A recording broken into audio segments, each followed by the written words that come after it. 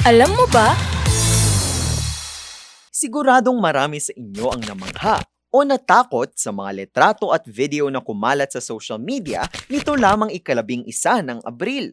Ang kakaibang ilaw na ito, spotted sa Cebu, Tarlac, Cagayan at Pangasinan ay ang tinatawag na space jellyfish.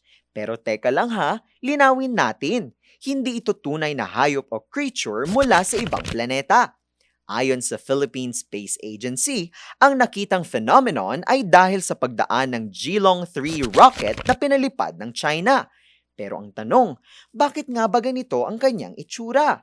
Ang ulo o ang pinaka-bell ng jellyfish ay mula sa exhaust gases na lumalabas sa rocket engine habang ito ay nasa itaas na bahagi ng atmosphere.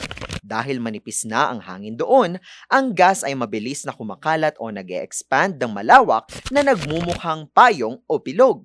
Ang mga tentacles naman ay ang naiwang vapor trail o usok habang papaakyat ang rocket.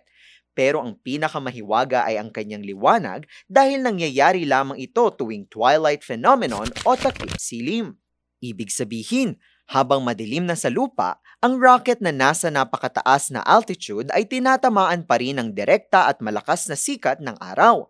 Ang sikat ng araw na ito ay nagre-reflect sa mga gas at ice crystals mula sa rocket exhaust kaya nagliliwanag ito ng tila neon sa gitna ng madilim na langit.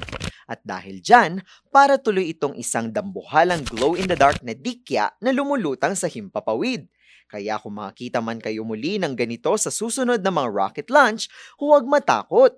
Hindi yan invader. Isa lang yang patunay na ang siyensya at kalikasan ay kayang gumawa ng nakabibighaning sining sa ating kalangitan. May trivia ba kayong nais malaman? I-comment na yan at ito ay aming aalamin. Ngayon, alam mo na!